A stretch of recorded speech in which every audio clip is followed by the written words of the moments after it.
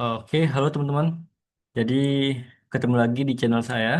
Jadi pada part ini saya akan menjelaskan kepada teman-teman bagaimana cara mengimplementasikan relay di menggunakan Design Power Factory tahun 2021 yang telah kita kalkulasi sebelumnya di eh, video sebelumnya terkait overcurrent relay. Dan di video kali ini saya akan mengimplementasikannya menggunakan Design. Tentu menarik bukan? Makanya subscribe dulu. Oke, langsung saja ya.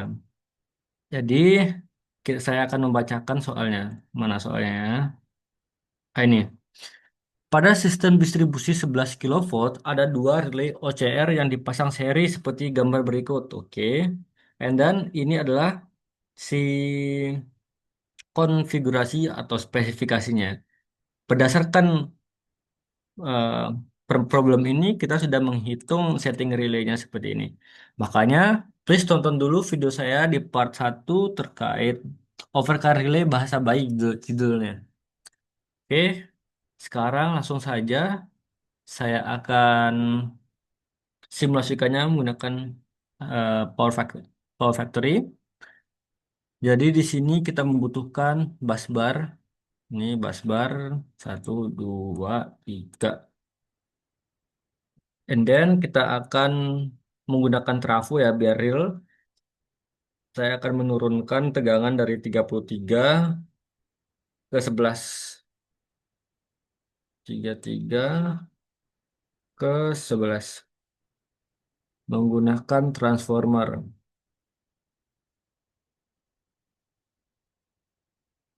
Oke, di sini new project type. Untuk kapasitasnya karena tidak ada soal, ya kita asal lah 4 MW. And then HV side-nya 33, LV-nya 11. Kemudian, oh kita tidak punya data ini. Kita biarkan template seperti aja. Tapi kalau kalian punya data impedance, that's very important karena impedance itu sangat berpengaruh terhadap arus yang mengalir nantinya. Oke, dan kita, oke, and then kita kasih dia source power grid. Oke, kita kasih source power grid. Kita ubah boost type-nya jadi slack. Apa bedanya slack PK PV itu sudah saya pernah buat videonya. Eh, Kalian boleh tonton lah. Oke, grid. Artinya kalau slack semuanya akan jadi disuplai oleh dia. Voltage dengan frekuensi. And then di sini kita kasih line. Ini udah 11 nggak ya? Oh, belum. 11. Kita kasih line.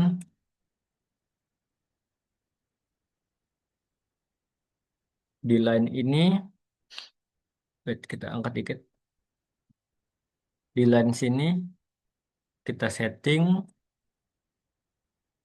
11 cafe karena soal kita 11 cafe. And then apa lagi ya? Sekarang kita butuh beban beban rumah tangga. Beban sebentar line.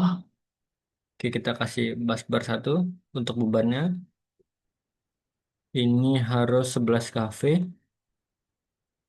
DR. Ini saya pasang line aja deh. Line. Oke. And then saya pasang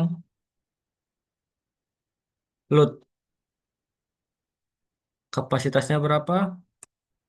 Nah, ini saya asal-asal aja deh karena nggak ada datanya. 1 MW. Kenapa 1 MW? Yang penting nggak 5 karena dia nggak lebih dari kapasitas transformernya. 0,2 der. Oke, coba kita running load flow-nya. Apa nih? Missing type. Line 1 missing type. 11 der. Deng.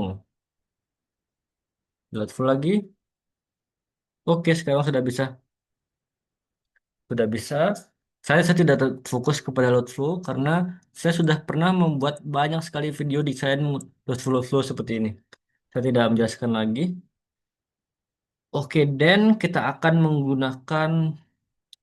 pasang peralatannya.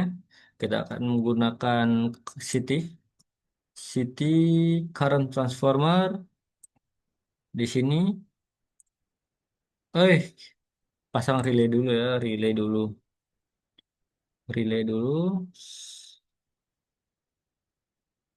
Duh, what happened?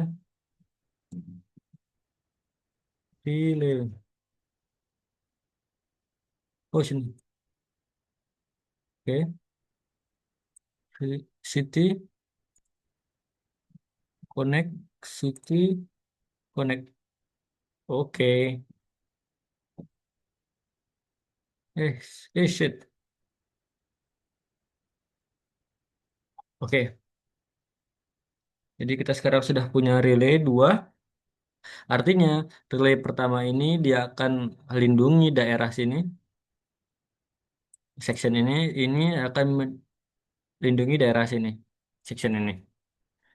And then kita akan setting CT-nya sesuai dengan ini. Ini R1 rasionya 200/1. 200/1. Nah, 200 sama ini satu. Primer 200, sekunder satu. Yang ini 400/1. Ya, 400/1. 401. Sekarang untuk relaynya, oke di video kali ini saya tidak akan menjelaskan detail apa ini, apa itu, kenapa saya masukkan ini karena saya sudah membuat video satu khusus untuk teorinya. Oke, sekarang kita isi. Oke, saya di sini akan pelan-pelan. Kita pilih relay type, tipe relay, select type. Di sini kalian pergi ke Disk Silent Library, lalu kalian pergi ke protection device ini, and then kalian pilih relay. Nah, di sini ada banyak sekali merek ya, ada Schneider yang terkenal, Siemens, Toshiba. Toshiba punya ini juga. Saya kira laptop doang. ABB, dan many more. Oke, jadi kalau kalian mengetahui speknya, silahkan kalian pilih sendiri. Dan di video ini saya akan coba pakai ABB. Oke, eh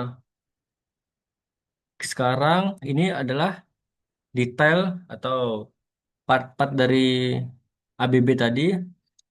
Saya akan menggunakan ref 610. Lalu kita klik OK. Nah, jadi once again kalau kalian punya model sendiri, oke kalian boleh pakai model tersebut. Nah, ini adalah hasil dari si ABB tadi, si ref 1610 tadi. Oke, saya akan jelaskan sedikit. Jadi di bagian sini adalah tipenya, tipe dan logiknya. Ada di sini sejak saya di video sebelumnya saya menjelaskan bahwa ada banyak jenis time current karakteristik.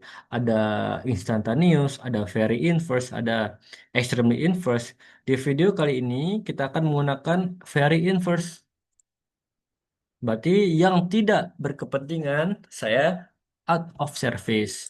Ini tidak berkepentingan, out of service. 49 juga thermal load apa ya? Nggak berkepentingan, out of service. Dan di akhir video saya akan jelaskan apa dampaknya kalau saya on kan. Nanti kalian akan paham sendirinya. And then di sini out of service aja deh.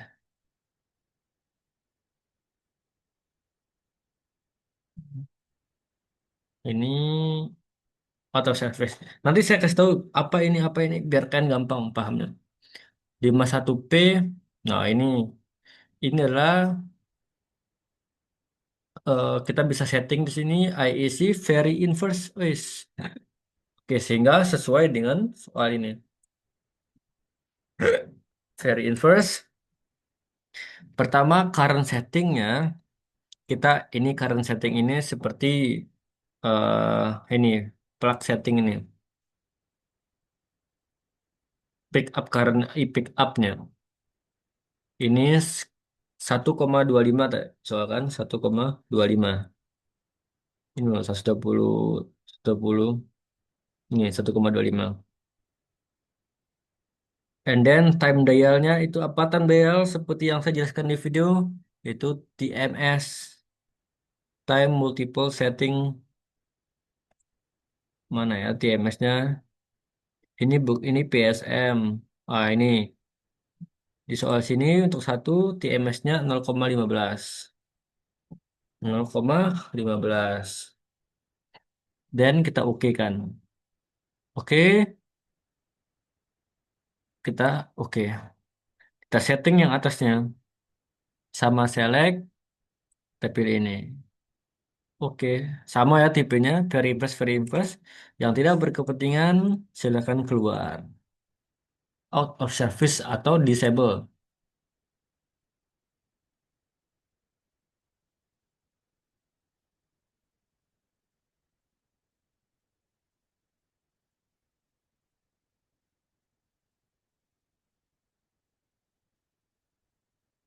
oke di sini kita akan cari very inverse very inverse and then current settingnya sama ya 1,25 tapi time dialnya ini yang beda. Time dial TMS 2 mana TMS 2? Oh ini 0,118 0,112 1 2 lah 0,118 oke and then kita oke kan oke oh nah sebelum saya oke kalau kalian mau melihat bagaimana logic behind it the logic, the component inside the RBB, the ABB RF 610, kalian bisa cek show grafik di sini. Show grafik di sini. Nah, show grafiknya seperti ini. Ini adalah hal yang di dalam tersebut. Oke, then continue again di sini kalian akan melihat grafik seperti ini. Bagaimana caranya? Jadi kalian eh, kontrol klik kontrol klik sama kontrol klik. Oke. Jadi kita akan melihat kenapa trafo saya klik juga. Tenang, saya akan jelaskan. Lalu kita klik kanan ke show time. Oke. Jadi di sini ini adalah very inverse relay 1, ini very inverse relay 2, ini adalah damage curve. Ini sorry. Ini adalah winding transfer yang biru ini winding transformer. Apa itu? Ini adalah arus inrush dari trafo. Apa itu arus inrush? Ini inrush transformer. Inrush transformer adalah a temporary and high source of current drawn from the power source when the transformer is first energized. Artinya, singkatnya begini, ketika transformer itu bekerja, akan ada arus lonjakan beberapa kali lebih dari arus nominalnya. Tetapi lonjakan ini bukanlah bukanlah merupakan sebuah gangguan sehingga ketika sehingga si relay nggak boleh trip hanya karena si damage curve tadi si dam si damage arus inrush tadi. Jadi ini bukan gangguan, itu memang semua. Biasanya itu nggak trafo doang sih. Kalian pernah nggak dengar ini di sosial media, di internet, YouTube, on etc. Jadi kalau kalian untuk menghemat AC itu mending jangan matiin, nyala, matiin karena dia lebih memakan arus besar pada pertama kali dia nyalakan. Juga pada oven, microwave. Nah, apalagi trafo itu lilitannya sangat besar. Dia membutuhkan arus yang besar. Itu adalah yang menyebabkan lonjakan awal saat dia dinyalakan. When the first time it energized. Oke, jadi ini benar ya posisinya ini benar. Ini di atas. Artinya dia dia nggak. eh, jadi kalau misalnya garis biru ini di sini, ini nggak boleh karena artinya si relay ini beri perintah si circuit breaker untuk close. Dia harus seperti ini. Nah, ini sudah benar. Oke, kalau ada pertanyaan, it's okay. Eh, kalian boleh chat saya atau tanya secara private di email saya. Oke, oke mungkin kalian kurang gimana ya? Kalian mungkin nggak tahu ini apa. Gini caranya agar kita mempermudah lebih profesional. Kalian blok semua, lalu klik kanan, pad, look into the pad, and then new. Oke, lalu kita klik lagi pad, time over current load. Nah, oke nggak? Oke dong, berarti yang biru, yang hijau ini punya si ini, yang merah ini punya si ini. Jadi ini bener lah urutannya, nggak boleh. Jadi kalau ketika ada gangguan, ini dulu yang mati, si hijau dulu. Kalau di sini gangguan, nah si merah ini. Seperti itu logiknya teman-teman. Berarti lumayan valid ya di sini, meski yang saya kalkulasi di sini, ya ya meskipun datanya tidak begitu lengkap ya. Oke, sekarang saya bilang tadi, apa sih fungsinya yang tadi saya out of service? Oke, di sini saya akan jelaskan. Jadi teman-teman, di sini itu kalian bisa melakukan atau menggabungkan antara very inverse dengan instantaneous current. Ini kita bisa membuatnya seperti ini. Oke, seperti ini. Jadi ada lengkungan, slope, lalu dia instan di sini. Kita bisa. Caranya kita ke sini, lalu kita aktifkan si P1 ini, aktifkan tentang out of service-nya, pick up current-nya, let's see ya. Jadi instantaneous current itu level yang udah bahaya banget itu. Tadi kan pick up current yang pertama 1,25. Jadi maksudnya, saya nggak jelaskan di sini deh. Saya sudah menjelaskan di video sebelumnya dengan lengkap dan jelas. Oke, misalnya di sini 3, time settingnya tadi berapa ya? 0,15, 0,2 lah di sini. TMS-nya 2 langsung dia akan langsung cut. Nah, seperti ini. Jangan, jangan, jangan, jangan, jangan. Kita atur dikit. Coba sini. Hmm. Oke lah. Nah, ini gabungan antara si overcurrent relay, sorry, gabungan very inverse dan si instantaneous current. Astaga, kok instantaneous current? Ini instantaneous, nih, apa namanya lupa juga. Instantaneous overcurrent relay. Oke, tapi nggak usah inilah, jelek. Kelihatannya jelek banget. Coba di sini kita ganti 5. Oke nggak? Sama juga. Kita fokus very inverse saja lah. Ini kita out of service. Sesuai dengan soal ini ya. Sesuai dengan soal yang sini.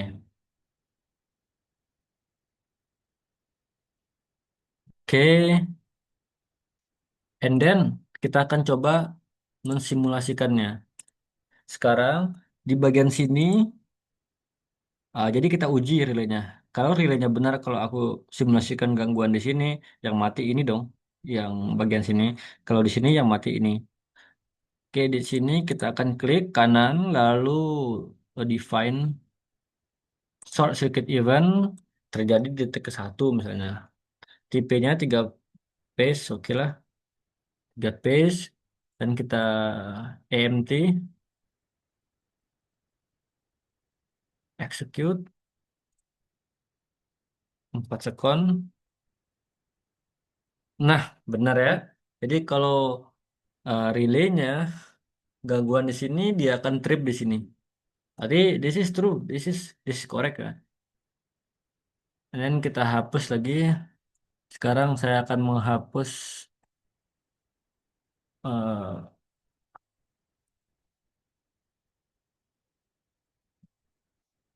eventnya, saya hapus. Lalu saya terapkan event di sini, define short circuit event di satu sekon terjadinya, and then kita akan, sorry, satu sekon kita akan execute 4 sekon. Oke, clear ya, clear ya. Ini sudah benar ya. Jadi ketika gangguan sini yang bertanggung jawab si ini, bertanggung jawab kalau gangguan sini yang bertanggung jawab sini. Artinya kalkulasi di kalkulasi ini lumayan valid ya, meskipun datanya nggak lengkap banget.